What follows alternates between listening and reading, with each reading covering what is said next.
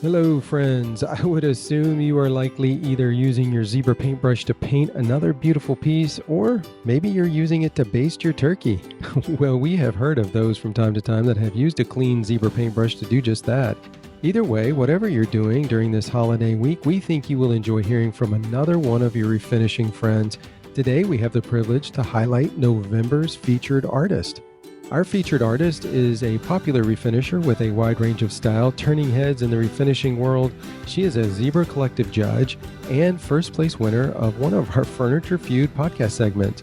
Today we get to chat with her, and as we discuss a few of her pieces, we're going to weave into the conversation the topic of using the right type of paint for the specific finish you're after. So stay tuned.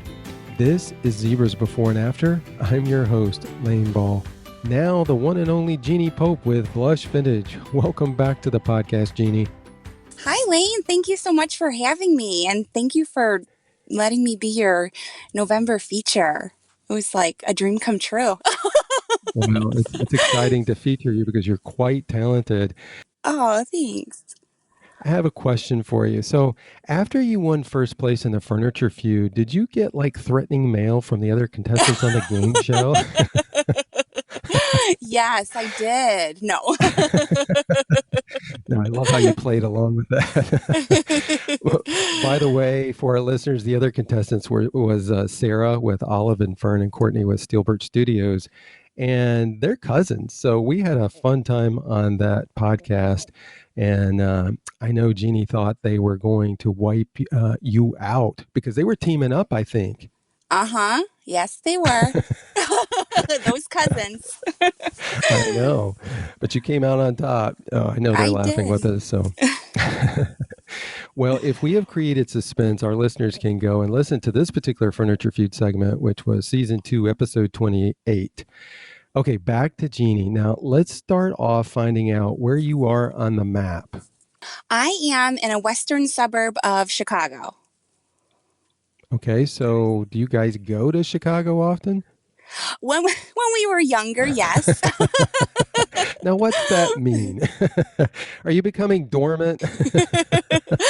We were younger and the possibilities were endless for the evening, yes, but not as much now, not Yeah. as much opportunity, but more, different things, more like museums, the lake, more family type, American Girl uh, store, that sort of thing.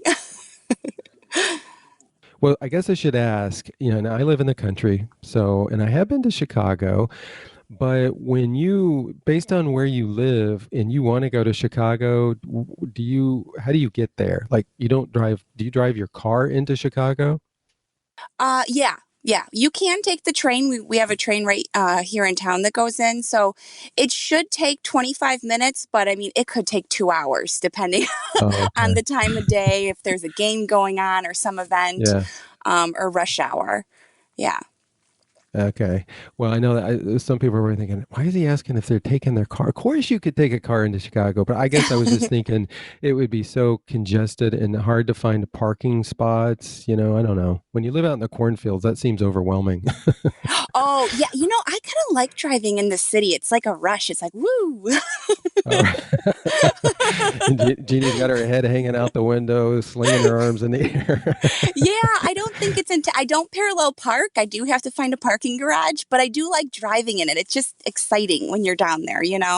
I just mentioned a few minutes ago that I've been there. My cousin and her family live in downtown Chicago, and many years ago we traveled up there on the 4th of July and spent a couple nights with them. And then we went to I guess it was a park along Michigan Avenue. Mm-hmm. Yeah, listen to the Chicago Symphony play patriotic music, watching the amazing display. I mean, it was an amazing display of fireworks. It was so much fun. It was very memorable. Do you guys get to go Yes. there periodically for the 4th? I've never been down there for the fourth ever. Oh, wow. Yeah, No. you got to There's a go. Yeah. yeah. Yeah, maybe we should. Yeah, there used to be the day before, I believe it's like called Venetian night where it's all over the water and there's a lot Uh-huh. going on, but yeah, I've never been. Well, I mean, it was a good while ago when we went. So it might have been, I mean, I don't know when they normally, do, I don't know, do they do the fireworks on the 4th or is it the day before, whatever, but it was just, I mean, the weather was great. It was really, really cool. Of course, now with the pandemic, it may be a while before you get to, go to see them again and see them in a normal environment. Right, exactly. But we can see our town's fireworks from our house, so from our yard. So it's kind of nice. We don't even have to go anywhere. We just put our own music on, have the dog outside with us, and watch the fireworks. Well, that's right, because you're not getting out much anymore now that you're getting older, right? Yeah. You try to find Oh, things to do locally. yes. Excitement in the This- suburbs. Always trying to That's find right. it. So is it like freezing cold there now? It's getting really chilly. Today's a weird 60-degree day. It's normally like 40, 50 about this time of year. Uh-huh. But yeah, the winter is and the cold weather is upon us. And I'm always a little crabby before I've like realized, okay, it's here. There's nothing you can do about it. Just move on. That's Because right. You can't change it. I prep everything outside. So I have to, suit up and a bunch of layers, and I'm out there sanding and whatnot in the cold. And then, I haul it inside because the paints and primer, won't cure out in the cold. Right. But I leave the messy sanding for the outside, and it's gets pretty cold out there. Yeah, you need to make sure you have like winter fees, you all that extra work, the price per piece maybe goes up a little bit higher to accommodate all. That's a lot of Right. work.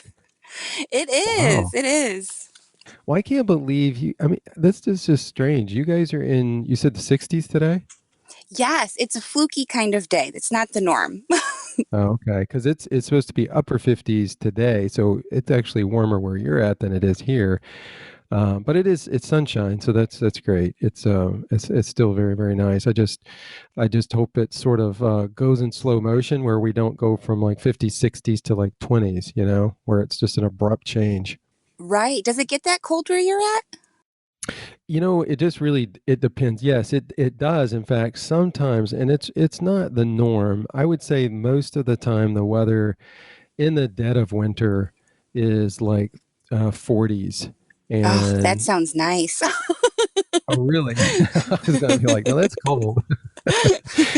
I mean, and then sometimes, especially at night, if a I mean, like if if the jet stream changes and cold air, from Canada, sweeps in or swoops in or whatever you say, and then it will dive down. I mean, there's been times where at night it'll get down to like 5 degrees, 6 degrees. I mean, now that's rare, but it does happen periodically in the wintertime. And I know last winter, it just it was everybody was somewhat disappointed because we didn't get much snow, and when you get snow in the south it just doesn't last long. I mean, it comes down and it's beautiful, and then it goes away in a few days typically. So, and that's the way I like it. I like to see the snowfall. It's peaceful, and then it's like it's out of here. Yeah. There's more. So we'll see. I haven't even looked like at the almanac or anything to see what this winter is supposed to be like, but it would be nice to get a few heavy snowfalls. Yeah. So what's your like? How did you get into refinishing, and like how long have you been refinishing, Jeannie? Well, like so many people, I started doing things for myself. And then there was just, one time I had this piece it was a very specific alcove. But then I found something else I liked way better. And I was like, oh, well, I'll just sell this. And it was kind of when the Facebook mom groups were just starting on Facebook. And then I was like, oh, ding, ding, ding. Like I can keep creating things because I love it. I need to have a project brewing, contemplating that I'm thinking about. And I can keep creating things and not fill my house. There's only so many pieces you can do for yourself. And I just love it. I love working with my hands. I like getting dirty. I like feeling physically exhausted at the end of the day on those, especially those prep days when you're sanding your life away. Yeah, yeah. um, there's something that feels really, really good about that. Yeah, it's rewarding, and like you said, it is nice to work hard, and then I don't know, especially if there's some physical ailments or aspects of it, so that you can rest well at night. It does give you a better night's sleep. Yeah. So you, I mean, you really seem to have a lot of fun and thoroughly enjoy refinishing, at least from your pieces and conversations with you. I mean, you enjoy it thoroughly, don't you? Oh, I do. Furniture finishing is life. Like, I can't imagine. I'm just so lucky that I this life worked out the way it did to where I found something that I'm so in love with doing, you know? Yeah, I think not everyone can say that, and I feel really lucky. Even I try to remind myself on those tough times where things aren't maybe working out, or something's extra dirty, so it requires like three cleanings. Like yeah. I try to remember that I'm lucky, so I get to do this. Not I have to do this. And listeners know this because we always ask these types of questions. It's fun to find out the backgrounds of refinishers, and it's amazing the number of people who started out in a totally different career and really just they just didn't like it, or they got burnt out, and then they found furniture refinishing, and just like you, they're like, "Ugh, I can't imagine doing anything else," and it's so much fun. It's therapeutic. They get to express themselves creatively in their pieces, and it's just a really good career. Now, were you all? I mean, have you always been known for being creative? I feel like I've always been creative. I've just had different mediums, that I've Yeah. transitioned from. When I was younger, back in those days when we were going down to the city, like makeup was my makeup was my creative medium. I really enjoyed that, and then always kind of just arts and crafts, like doing just little random projects. And then I really got into, when we moved into our home, my garden. So kind of instead of a paintbrush, you're decorating, or you're doing different plants, different flowers. There's different Yeah. textures, different, even different greens. It can be a very lime green that you're pairing with a blue green, and that sort of thing. I still really love it, but furniture finishing, gardening both take a lot of time. But I have a lot of things that are a lot of perennials and very established now, so I kind of just it's on autopilot. But I do slack in like the weeding department now. Well, you know what? Some weeds bloom, so it's okay. True, true. But it's just annoying though when you know that it's a weed. I don't care if it's even blooming. It's like, you're not supposed to be there, so you've got to come out. It just bothers you. Yes, and it's especially in the more formal areas of my yard where it's more uniform, where it's not just kind Yeah. of like a cottage look. Like there's some parts Yeah. that just looks free flowing, but then there's some areas that are more uniform where it's very like rose bush, catnip, rose bush, and then it's like weed. It's like, wait a minute, you shouldn't be there. That's right. Yeah, I saw, I think you posted a picture of your house and it's really pretty. It's a cottage style, I think, and you had a lot of cottagey flowers and stuff in front of it. So you probably get a lot of inspiration from the gardening, in colors. It probably goes back and forth, inspiration into gardening and inspiration from gardening into refinishing, vice versa. Oh, completely. And then also when I'm painting a piece, when my yard is in bloom during, the spring and the summer and, into early fall, I'm as I'm painting, I'm thinking about, oh, which flowers should I cut to put with these, put with this when I stage it. Yeah, yeah, yeah. You've got it all right there. Yeah. You're doing well. So, what's your favorite part of refinishing? Oh gosh, I think maybe the very beginning, where the hunting something down, finding something, like contemplating what could it be, what Hmm. direction should I go.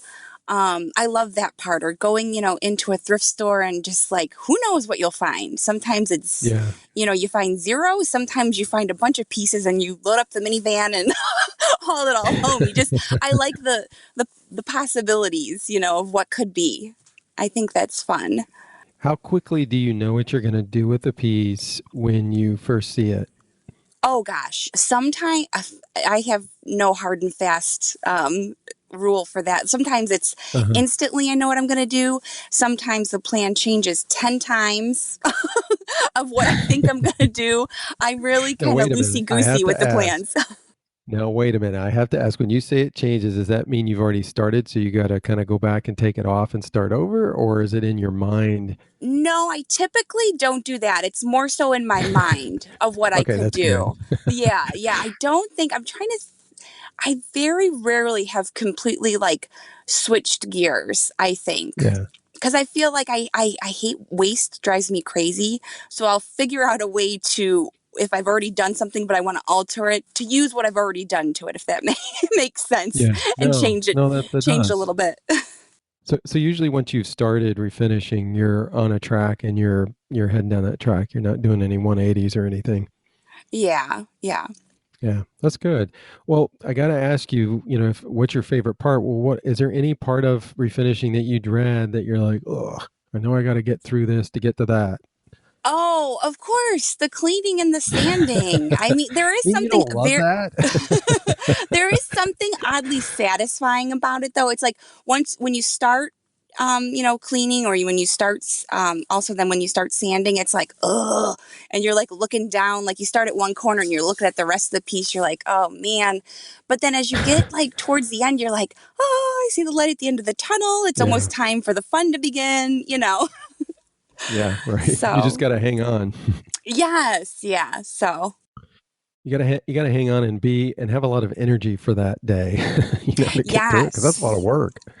It Wow. is. It really is. Yeah. So, what's your favorite style of furniture? Oh gosh. I don't know. I like it all. And anything with interesting lines. Like it could be very Hmm. clean and sleek and modern, or it could be very ornate and curvy and carved. Just anything really. Do you feel like the pieces you produce represent your home? Oh gosh. Anything that I've done, I would 100% have in my house somewhere. Yeah. So I Hmm. don't know if that answered. My home is going through a huge transition right now. So I think it's been months because we're doing a lot of it on our own. When I say we, I mean Hmm. me. um, so we took out a load bearing wall between our front room and our kitchen, and then completely gutted the kitchen. The only thing that stayed was the fridge, which was relatively new. It's been a huge undertaking. So I don't even know. Maybe I'll have like a whole different kind of style now because before we moved in, I just kind of worked with what I had, sort of thing. Yeah. But Hmm. now we're really making it our own, I think. Well, that's a big deal to remove a load-bearing wall. You had to go back in and make sure that everything was supported and structurally sound, Right. right? That is like one of the few things that we did hire out. I Yeah. love to DIY, but I'm like, no, thank you. I'm not DIYing the structure of my house. Exactly. Yeah. No, I know a lot of times, when somebody's remodeling or you're just doing some changes and you think about taking down a wall, I mean, obviously that's the first question. Is it a load-bearing wall? And I mean, I don't know what the percentage is, but I'm sure a lot of people, when they find out it is a load-bearing wall, they're like, okay, change course. We won't take that wall down. We'll find another wall to take down, because it's a lot of Oh, work. it is. And we've been in our house, gosh, I think it'll be almost 10 years, and we've been going back and forth for the past 10 years of should we, shouldn't we, should we? Because it's just Hmm. such a huge undertaking. Yeah. And I'm glad that we finally did it. I can't even quite believe it. Yeah, it's so worth it. I mean, and it's fun to have new things and to, bring new ideas into your home. I mean that's where we spend most of our time. So to have that, even if it does take time, because Yeah. we've done the same thing. We had to remove the wall between the kitchen and dining room several years ago. It wasn't a load bearing wall, although I've mentioned this before in the podcast. My dad's a contractor, so that Oh, certainly I would helped love that. tremendously. Yes. Yeah, I think he tires of it sometimes. And I'm like, hey, what do you think about doing this? you know, but it's a huge blessing. But yeah, we took that wall down, and then it was sort of a slow process. I mean, it was like in increments where we took the wall down, got everything looking good, but then we're like, okay, now we need new cabinets. So then we got new cabinets, new countertops, and now we're like, this is a bit in reverse, but now we're like, we've got to replace the floor. which is, you really should replace the Ah, floor first. But what yeah. happened was it was, the section in the dining room was old yellow pine flooring, and we didn't want to take that up when we first bought the house and remodeled it many years ago. But it was old, and so now it's deteriorated. So now we're having to replace it. So it is sort of a timing thing, but it's still fun and exciting to have those changes made. But if we can just get the floor done, we will have this thing sealed and done, completed. But Yeah, then that's maybe the it'll be lie time that, to start over. yeah, I was just going to say that's the lie that every homeowner tells themselves, right? Just this Right, last exactly. project, then I'll be done. And then, no, no, no, you always think of another project. My grandpa always said No, when you have a exactly. house, there's always something to do. You know There's what? a, That's exactly right. Yep. I know, because what was new 20 years ago is now old. So you've got to yeah. replace it potentially. Well, getting back to furniture finishing, what type of paint do you enjoy using the most? Like if somebody said, "Jeannie, pick a type quickly," and you could choose, what would you snag? Oh man, I really do like them all, and I like them all for different reasons. But like I do, if I think about it, my if I have my way with a piece, do whatever I want. I usually tend to lean for like a milk paint or a chalk paint, something I can do something blendy and fun and artistic on. So probably one of those two. But I mean, there is something. Just the milk paint is so fun, and also like I like some people like the don't like the control that they don't have control over milk paint, and I love Hmm. giving up the control. I'm like, it's gonna do whatever it's gonna. Maybe it'll crackle, maybe it'll chip, maybe like I like just Yeah, whatever happens happens. Roll the dice. that's a lot of the fun, isn't it? Just kind of watching it work. It's like an experiment. Mm-hmm. Yeah. So, what kind of top coats are you drawn to? Are you more of like a poly? Do you use waxes? Combine them both? I usually go with a water-based poly. Hmm. Depending on the piece, if I think it's going to be a lower use type of piece, I will use a wax. But since I sell, I kind of am like, oh, I get nervous about like, that the wax won't be enough or, strong enough for for the duration of they'll have the piece. Well, waxing, I mean, that's a lot of work too, right? I mean, it takes work to get the wax on properly. I mean, yes, it's like six in one, half a dozen the other. The waxing, it's a one shot deal though. Like it is a lot of work to get it in to buff it out, but you do it once and you're done. Now, when you do the Hmm. top coat, it's a lot less labor intensive, but it takes more time and more finesse to apply. And you have to do three coats, sand in between each coat. So and it takes a little bit more finesse. Where the wax, you put it on the top coat, you have to make sure it's smooth and silky and even. Yeah. So they Hmm. both have their good points and not so Yeah. good points.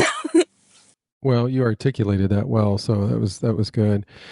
Well, we're going to combine our discussion of a few of your pieces with the topic of using the right type of paint for the specific finish that you're after. We'll develop this topic as we talk. Listeners, please note that all of these pieces we're discussing are featured on the zebrablog.com under the November featured artist. So you can check out the pieces as we discuss them, or you can actually go to the YouTube channel Enjoy Zebra and watch it there as well. Well, before we dive into these pieces, Jeannie, I want to ask you a few questions about achieving specific finishes on your furniture pieces.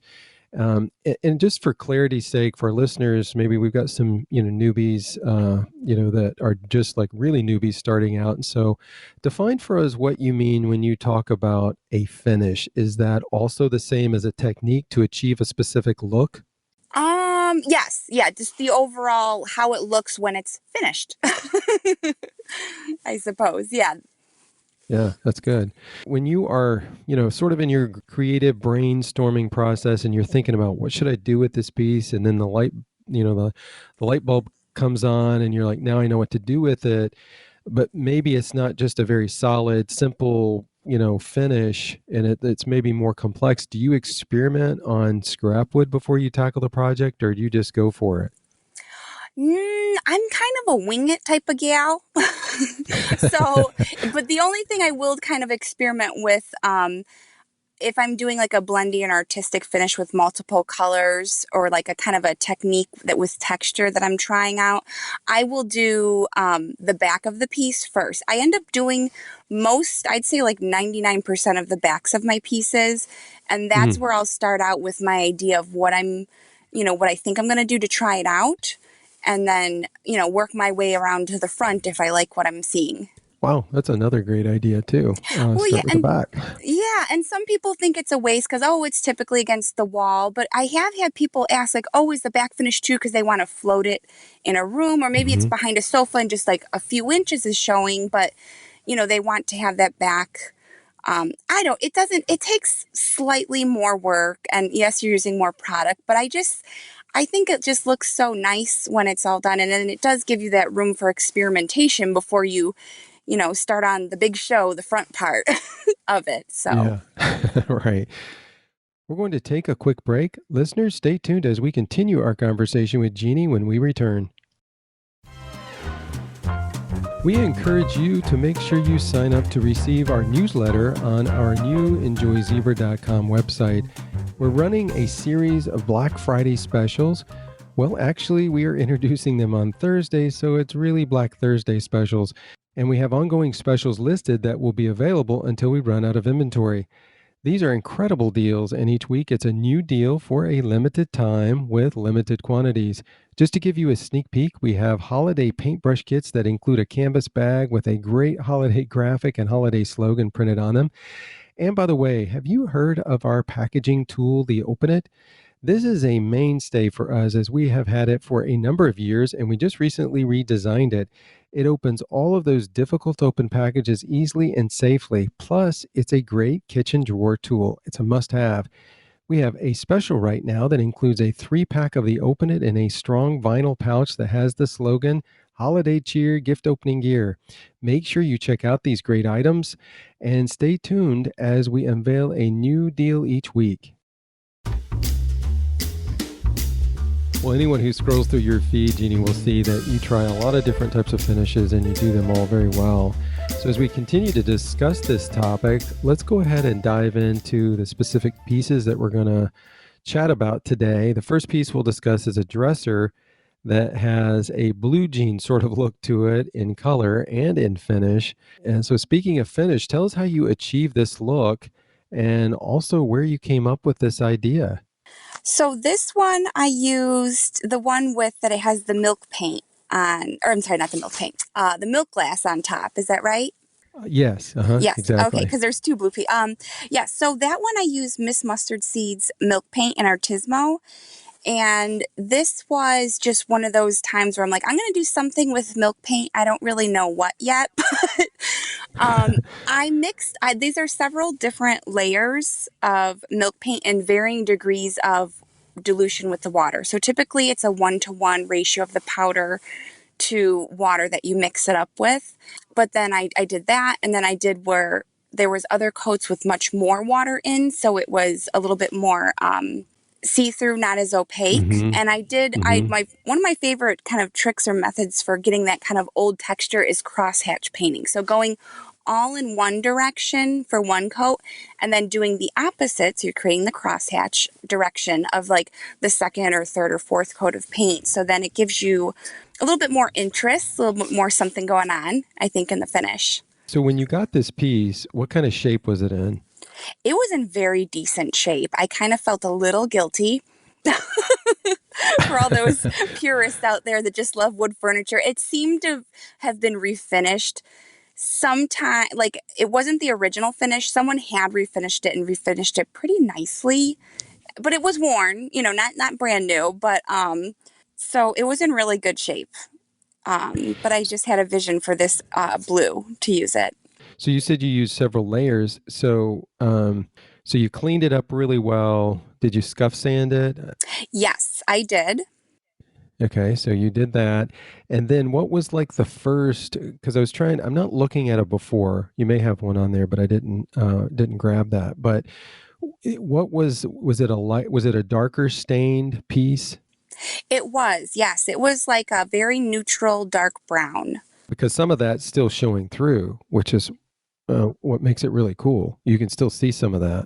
Yes, yes. So you scuff sanded it, and then what did you lay down? Did you lay down? Was it a dark blue, or is that just the original stain shining through that I'm Oh, seeing? I see. Yes. So that's it's all one color. It's Artismo is the color and it's dark blue and it was a full it was a 1-to-1 ratio of the milk paint and the water and then it chipped very heavily and then Hmm. that's when I went in with the after that chipped and I took a razor and helped it along, then I started layering on the less opaque layers of that paint Okay, got to where you. Okay.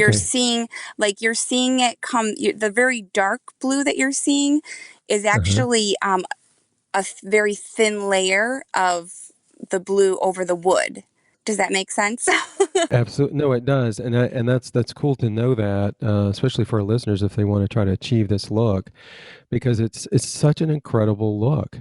I mean, it is very unique and it's just quite beautiful. And so and I assume when you're doing something, especially when you got to the third layer, what is that like? I mean, are you like, I mean, obviously you're up close on it. Are you like stepping away from it, going back? I mean, what's that process like? Oh, I again just winging it.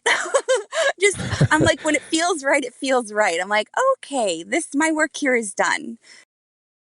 It just felt like it was like, okay, I like this now and I don't want to, mess around with anything else. It's time to put down the brush and top coat.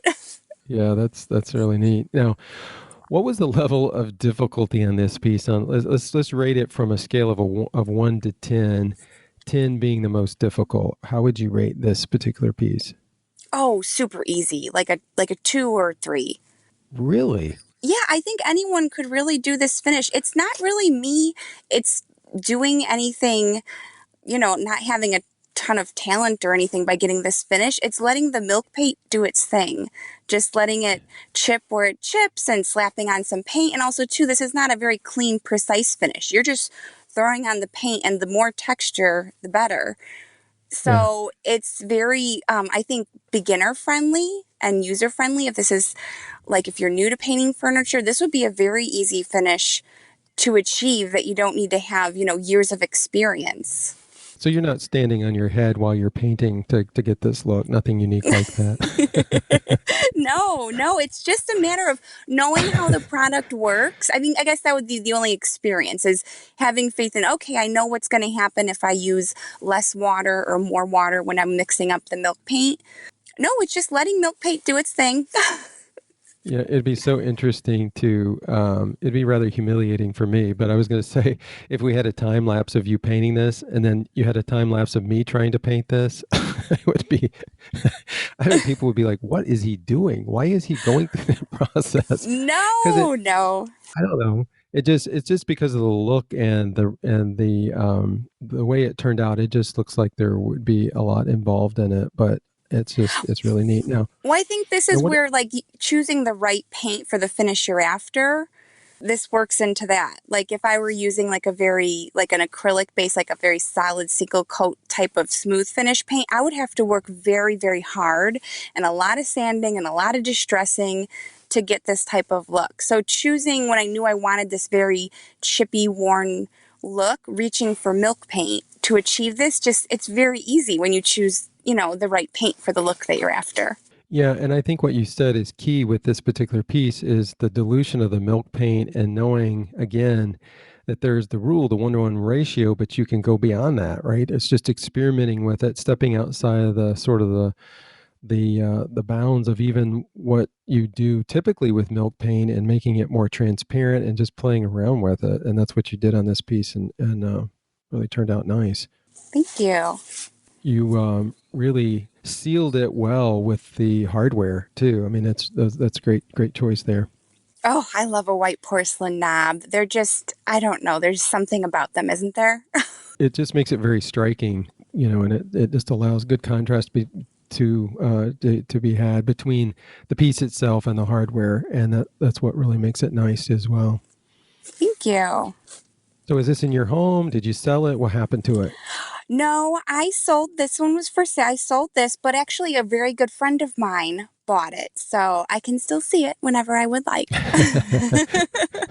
Very nice. That's cool. Yeah. Well, this next piece is really unique as well. It is the dipped furniture look. Is this a dresser or a sideboard? This is, I guess you could, I mean, I guess technically it's like a sideboard or a buffet, but I could totally Uh-huh. see someone using this as like a baby changing station as like a dresser. But this piece actually I did for my sister-in-law. I was over at her, they have a very big TV and they just had this little teeny tiny, like, it was very short, like coffee table height and way skinnier than the TV was. And I'm like, do you like that piece that your TV's on? She's like, I never thought about it. I'm like, I'm just going to do a piece for in here. And she's like, okay. Like she's like, whatever. And she's so sweet. So I just wanted to whip something up for her. She's the best sister-in-law ever. So I bet she was blown away with this. yeah, she really, really loved it. So I was really happy. Describe it for our listeners, like, for those that may be driving or refinishing and they're like, what are they talking about? What does this piece look like? If you would just give some details about it. Oh, okay. Well, it's all oak, and I taped off the top of it, and the first set of drawers going across the width of the piece are all stained, and then I taped off just under those drawers, and painted everything white. So that's where the dipped look comes in. Like if you just had this big crane and you dipped it in a vat of paint and took it out, that's the look that you would come up with. I think that's probably what you did, Jeannie. You're on to me, my crane dipping. I know. Yep. You got a crane in your backyard, right? Yeah. So this was pretty quick then to do this job? No, no, not at all. See, I am so It, messed up. Here I thought the first one was like, really complex. I'm thinking, well, maybe this one's a little bit easier, but I guess I no, got that wrong. I mean, nothing is too hard. It's just a lot of timing and waiting between steps, waiting the proper amount of time. So for this one, when I found it, it was almost like a neon orange stain of oak, which I'm sure we've all Mm, seen that kind of yeah. oak stained look, and it's just not so cute anymore. So I had to completely strip since I wanted to stain the top portion. That all needed to be completely stripped of any stain or old finish that was on it. So that's, a task in itself. Like fully stripping something as opposed to just prep sanding it are two, completely different Hmm. things. And then what was the next? There was a lot of different steps with this. Then I stained the brown part, waited Hmm. 72 hours, and then taped it off because I wanted to make sure the stain was fully dry. And I did use the yellow frog tape for delicate surfaces. I taped off where I wanted the line to be. And then a little trick or tip about when you're painting a new, like when you want your paint line to be perfect and no bleed through, I put a coat of clear shellac down first over the tape line and then proceeded to put the shellac all the way down since I was painting something white. But that Hmm. way, if anything bleeds through a little bit, it's just that clear shellac, which you won't notice on the brown stained piece on the top part. Yeah. Does that make sense? Yep. That's a great idea. So then I did, after that clear coat of shellac, then I did the white bin shellac and then painted it in a few layers of cashmere, heavily distressed. You can't really tell from the picture, but I distressed it, and there is a lot of texture.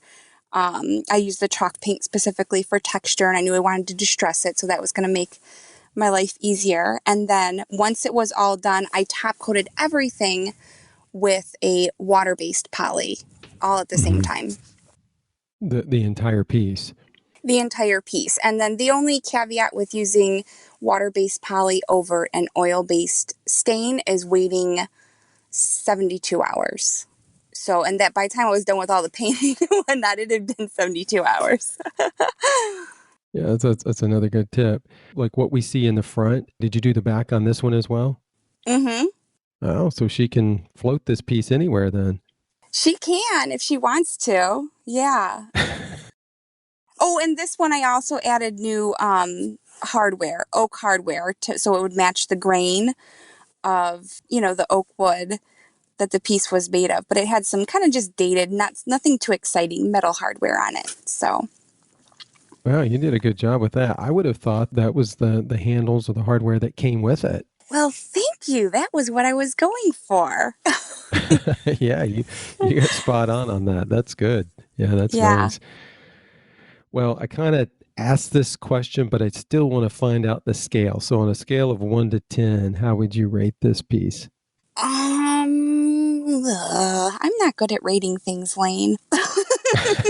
Come on, Jeannie. No, I will. Let me think. Maybe like a 5 or a 6. It really wasn't that hard. There was just a lot of steps and then just a lot of small things of knowing the order in which to do the steps and the timing of everything. But that's something that you can easily research, and find Yeah. out about. So I don't think that's too hard. So really, what I'm getting out of these ratings is that your rating, at least for you, is based on kind of a time thing. If it's something that you can get in there and kind of whip it out fairly quickly, then it's easier. I mean, you're rating it as an easier piece. It's the amount of waiting and steps and processes that you go through. Yeah, I'd say so because it's hard, and that's why it's hard for me to rate it because I find it so enjoyable. So it's hard to say, like, I had a good time while I was doing this. So, like, that to me takes, like, shaves a few points off the hard, make it hard to what they'd say, Yeah. like, a difficult finish. But yeah, the timing thing, since I sell, well, this I didn't sell, I gave it to her. But I don't, yeah, the timing for sure, you have to keep in mind if you're spending a lot of time on a piece and then by the time you go to sell it, it's like, well, you could have had 2 or 3 pieces done in that time. It doesn't really make sense, financially be working on these pieces that take a lot of time and you can only, ask so much for them. Yeah, that's a really good point because that is a challenge, when it comes to refinishing, because some pieces that you see are just very intricate, and I'm sure it took a lot of work, a lot of time on behalf of the artist. And the question in the end is they enjoyed it and it turned out great, but were they able to make a profit off of it based on the amount of time that they spent, materials used, and then what they were able to charge for it? And so that's like, it's a business that you always got to think about those things. Right, because just because you've spent 3 times the amount of time you normally would, you can try to charge more for that to, accommodate your time, but something is only worth what someone's willing to pay. So if it kind of makes it, if a very long, tedious finish kind of pushes it out of the ballpark of what someone would pay for it, then it's like, maybe I shouldn't do this for, Yeah. this type of finish. Unless it gives you great joy and you don't care, then, go for it. But if you want to keep your, Yeah. eye on the prize of the of your income, then that's something to consider. Yeah. Well, the next piece is a piece that you made into two pieces, and you say that it's your favorite. And so, did you buy this piece? Was it given to you? Was this for a client? Tell us a little bit about this piece. Oh, I came across this piece. It's a buffet or credenza, and then it had a hutch top, a matching hutch top that goes on top of it. And I came across it at the thrift, and I was like, "Oh, should I? Shouldn't I?" And I texted Emily, also one of the furniture art collective, judges from Hmm. 1379 Design. And I said, "Do I get this? Do I not?" She was, "Are you crazy? You better get that." And it was only $20. So I Oh don't know my why I goodness, are was you like, serious? yeah, but sometimes, well, that's, I think, I was thinking about it was intricate and there was a lot of work that was going to go into it. So even though it was only $20, I was thinking, okay, is this going to be worth it for me for the amount of time that that it would take to do this sort of thing? But I bought it because she told me to. Why was it so cheap? Who knows? Depends on the way the wind is blowing when they're pricing it. The thrift sometimes. Sometimes I look at something, I'm like, what? It's like $80 for nothing special, like particle board, and then Yeah. sometimes it's $20 for this beautiful mahogany buffet. I don't know. I don't know Yeah. who's pricing. Well, I was wondering if there was some like structural damage to it, where it really dropped, it made the price, the value on it much lower than what you would perceive it to be just by looking at it. Yeah, no, I don't. I think sometimes if they have a lot of furniture, it seems like they price things lower, maybe to move it. I don't know, or maybe it's one of those things. Beauty is in the eye of the beholder, and they look at it and thought, "Ugh, old, dated." Yeah. Who would want this sort Right. of thing? But meanwhile, that $80 IKEA dresser's over there, and it's like, what? Right, exactly. Yeah. Now, are you ever, when you're out shopping like that and you see a piece that's big, I mean, this is not something you just pick up and stick in the back of your trunk. Are you ever sort of discouraged from getting it because you're like, oh, but I mean, how am I going to get this back to the studio? How am I going to get this back to my garage? Oh no, I throw everything in the van. It's I not a problem there's for you. yeah, not I have a minivan and the seats all roll down into each other. And I'm short, so I can drive pretty far up if I push my seat all the way up. I'm comfortable to drive like that. I can Well, you fit got face plant up against the window here, Jeannie? yeah, I fit a lot of big things. I have a Instagram highlight of me unloading, like I had a bunch of pieces in the van. So that's I've not found anything yet where I can't fit it in. But this Hmm. one, I think I took. We threw the credenza part on the bottom, and then the hutch top we put in the top over it with a blanket in between, and it all fit in. I could have fit some more stuff that day too if I really wanted to. A few small pieces. So you've got this piece that's in two pieces, and assume they went to different customers. Yes, yes, they did. Well, the first part I worked on was the lower half, and Hmm. it had this really neat the top drawer. I believe it's called a butler's pantry Hmm. or a butler's buffet. Hmm. I'm not sure. I can't remember, but it looks like a drawer, but and you pull it out, but then it flaps down like a secretary desk, and then there are all these little slots in there and two little doors in the middle, and it did have a key. But it did not come with a key, so I went to House of Antique Hardware and ordered a ring of reproduction antique keys, which have come in handy. I Hmm. used the other ones for other pieces, but I found a key that fit this one. So yeah, I don't know where it's going. No, that's cool. I didn't even know you could do that. That's neat.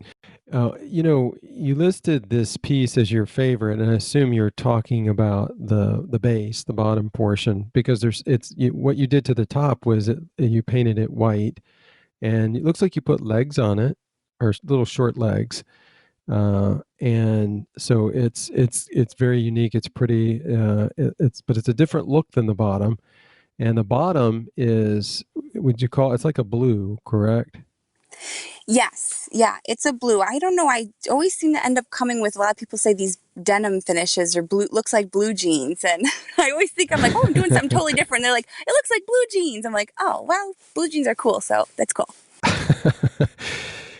Yeah. So for the top part, I added bun feet. And then it had no shelves in the interior when I found it. So I had gotten poplar shelves cut to size at my local lumber yard. And then I got they do glue up tops, and whatever size you need, they can do it. So I had them glue that up for me. And I just, adhered it then to the top. Now, explain that glue up top. So you had them cut a top to fit because it overhangs a little bit. Is it a piece of molding and a top piece? Oh no, it's just so it's if you can envision planks of wood, say 1 by 4 or Uh-huh. whatever. I think for this particular one it was one solid piece and then there was a little middle part that stuck out. So they do a glue up where they glue the two pieces of wood, side by side together to Uh-huh. make it a plank top. It's all one piece, and they Hmm. cut biscuits and then glue it together. Okay. Yeah. Does that make sense? I hope I'm Yeah. explaining that. No, no, you did. I just wanted to Yeah. clarify that for Yeah. not just the listeners, but for myself as well. It's something that someone could do themselves, and I've seen it done. I don't do it myself. I should one of these times, for as much as I end up utilizing these glued up tops from this lumber yard. I should learn how to do it myself, but I just don't, and I just pay them to do it, and it's nice and it's perfect, and it's one of those things of time and money. Like for the amount that it costs me to have them do it, it's saving me a ton of time. So Yeah. I think it's worth it because for the bottom part, I got I used white oak for the top and had another Uh-huh. glued up top made from them for that. Well, you know what your productivity level is and what you need to be working on, and sometimes it doesn't make sense for you to do everything if you have access to somebody who can do it for you well. The one thing I was thinking of was like a Craig's jig, where you can it drills the holes. You flip it upside down, you put the planks together, and you clamp it, and then it drills those holes underneath, like pocket holes, and then you can also glue it and then drill the holes. So there's a process involved, but it does take some time to do that. So that's neat that you have a source. Yes. And I have a Craig jig in its box, in its original box, not opened. It's one of those things where I know it's going to make me cuckoo and take way too long. So I would just rather have someone else do it. And it's not a big box store, it's a local lumber yard. So, it's good. Yeah, that's nice. No, well, also it's a good way to network too. I mean, they know what you're doing, and I'm sure they tell folks if about this furniture finisher who's pumping out some really beautiful work, and so that's neat. Works for both parties involved. Yeah. So tell us about the look, the finish that you achieved, the way you described the first one we talked about, and I called it sort of a blue jean look too. And you used milk paint and 3 layers. What was involved in achieving this look? Because, listeners, you're definitely going to have to go out and look if you're not, because these aren't just solid pieces; they're pieces that are unique. And even if Jeannie went out to replicate it, she could, but it still would be different, right? I mean, that's the way these Oh, things work. yeah, I can't replicate my own work when it comes to these artistic finishes. I've had people that have asked for something, and I do, tell them that, it's just with these artistic finishes, I can get the vibe of the other one. I can use the same colors, but I'm a different person from last year when I did that piece. I can't, I can't do it Yeah, again. right. Yeah. So you clean this down? Did you scuff sand it? Tell us what went on and how you achieved this look. This one was, yeah, cleaned, and then I sanded it down. And then this one did need some Bondo work on some pieces, which is my favorite filler to use. And then it was primed with clear shellac because I knew I wanted to have some of the wood coming through. So, if this was more of like a solid piece and I was doing this light blue, I might have reached for a primer that was gray or white. Hmm. But since I wanted the wood to show through, I went with clear. And then I used a frottage technique, Mm. which is okay, so the base was painted in Annie Sloan's Ubsen blue, which is like a dark to mid-tone kind of teal blue Hmm. color. And then you take to do the frottage technique, so you have that single color finish. You take watered down chalk paint, which I used Louis blue in this case, which is like a light baby blue, and you paint that on just, every which way, as Annie says. And then you take either paper towel or newspaper, and you almost like it's a reverse sponge paint. So Hmm. instead of with a sponge paint, you're putting the paint on the surface, right? So no, with this, you're taking it off. It's absorbing that watered down paint that you've put on. So you've just painted it. It's still wet. You're taking a paper towel or sponge and sort of lifting up some of that excess. Right. So I'm lifting up that lighter Louis blue to reveal some of that Ubsen blue that's darker that's Uh-huh. underneath. Wow. And so do you do that more than once? Is that just so you lay down the base, then you put that down, and then you lift it back up with this technique? Yes, this is something I just kind of keep going round robin until I like. Like I start on one side and keep working my way around the whole piece. And then I step back and kind of see where I'm like, okay, we need a little something there, or over here. And with these sort of artistic blendy finishes like this, I like to have if there's drawers that can be taken out, I like to leave them in so it's cohesive. Hmm. So it looks good, because if I were to have the drawers out, it would kind of, it wouldn't meet up, and it might be a little bit different here or there. And you did the same thing with the hardware too, correct? Yes, I did. I took off the hardware so I could thoroughly clean it, and then I primed it. But then the only part I did with, how you have the drawers in, drawers out, I did the hardware on its own because I don't know. I just I didn't want to have them in. I didn't, if they ever for some reason took the hardware off and there was that plain wood behind it. I didn't like the idea of that. So, and also I Yeah. wanted the hardware to stand out a little bit, so I was okay with if it was slightly varying than how the wood, the piece was looking itself, if that makes sense. No, it does. And in fact, if you look at the right side, all the way to the right side, the hardware at the top drawer is like what you're talking about, because the background is a little bit lighter, but then the hardware, at least from the photograph, the hardware looks a little bit darker. So it's kind of a neat balance. Everything blends in really well, but that one piece of hardware stands out. Just like on the left one, there's a section where the left side of the hardware stands out a little bit too. So it's Yeah, exactly. The only hardware I didn't take out was the for the pull down, that secretary drawer, mhm. because to remove the hardware I would have had to remove the leather that was inside, and it was really intact and super, down really nice, like adhered really well still. So I'm like, I am not going to mess with that. I will leave that there, because what if I can't get it down and glued in just as nice as how I found it? So I thought, okay, for those we'll leave them in, but all the other ones I took out. When you're painting a piece like this and you're not removing the drawers, so how do you keep? I'm trying to figure out how to phrase this question. So how do you keep paint from like going underneath the drawer and sticking? You know what I'm saying? Once it's dry, so you've Yes. like, how does that work? Oh, I'm glad you asked. I actually have a couple videos where I show this on my Facebook, where I've done lives where I Okay. show this exact question if someone wants a visual. But I paint it all in, and then as soon as I'm done painting for that layer of paint, or that, session of painting, I take them out right away and I wipe down, especially if I have my little water bottle spritzer and I'm spraying, like Hmm. water can pool and paint can pool on the tracks and on the underneath of the drawer. So I pull them out right away when I'm all done, very carefully, very gingerly, and wipe everything down.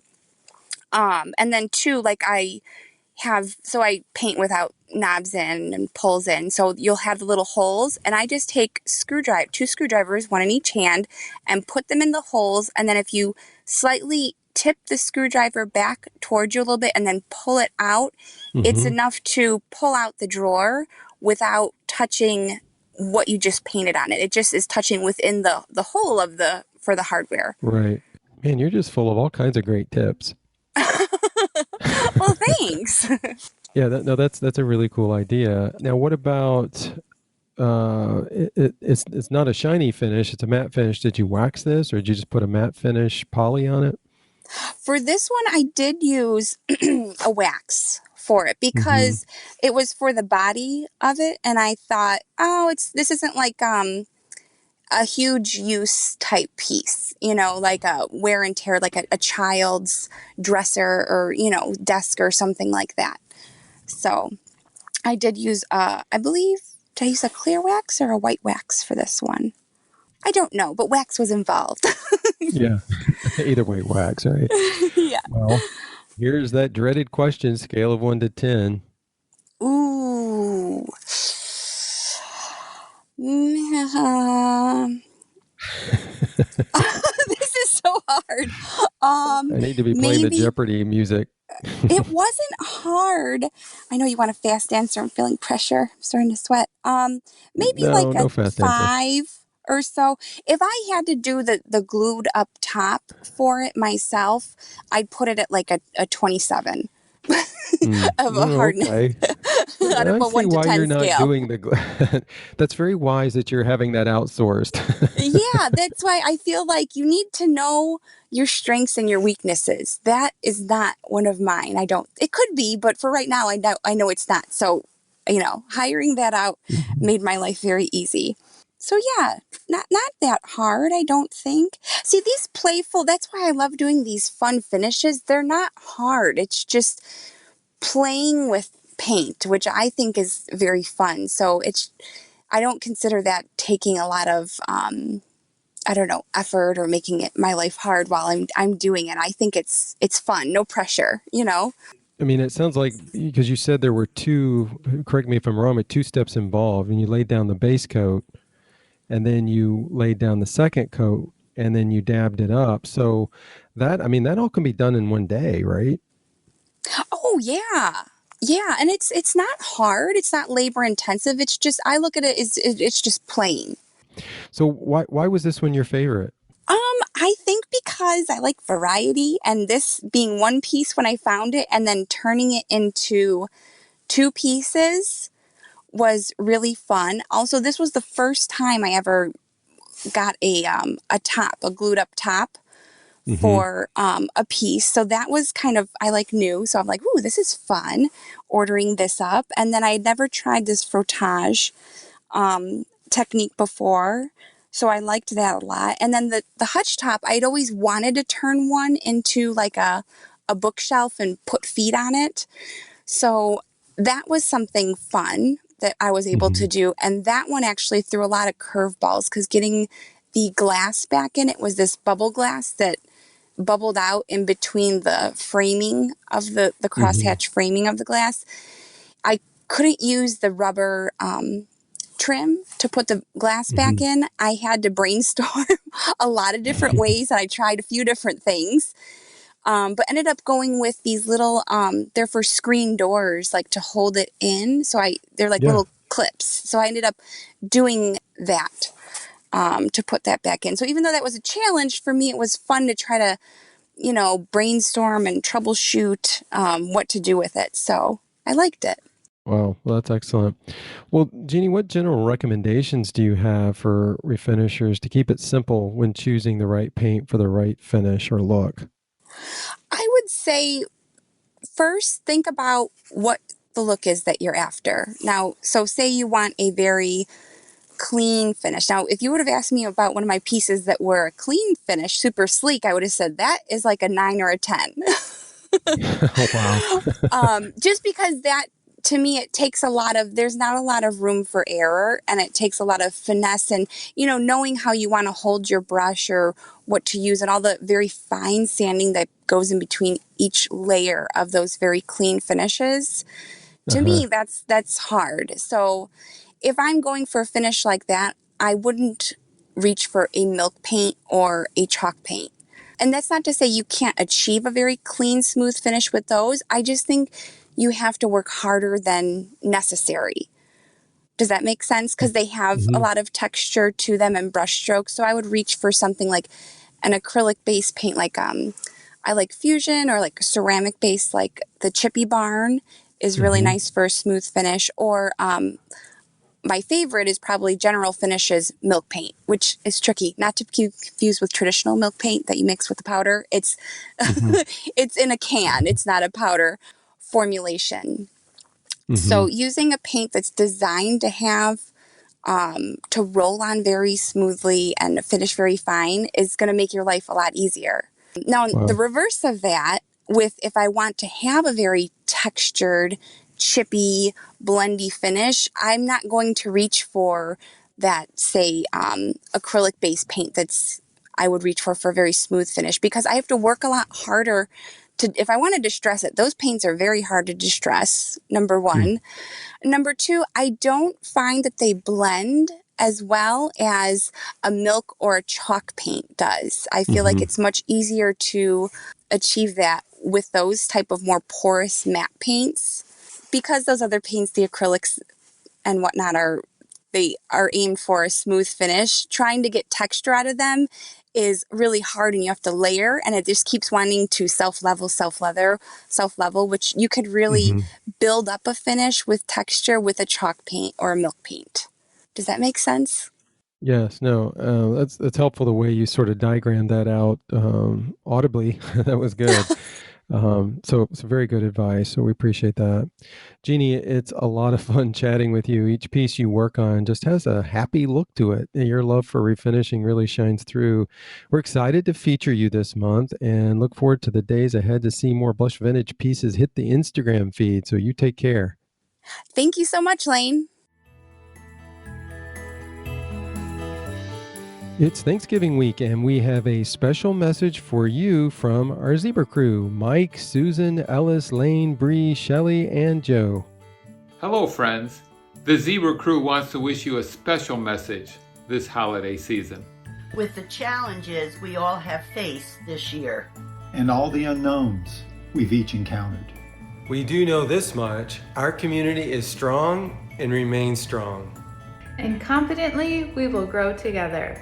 We have a lot to be thankful for this year. And one of our primary blessings is each of you. So, from the Zebra family to you and your family, We pray that each of you and your families have a wonderful, safe, and healthy Thanksgiving.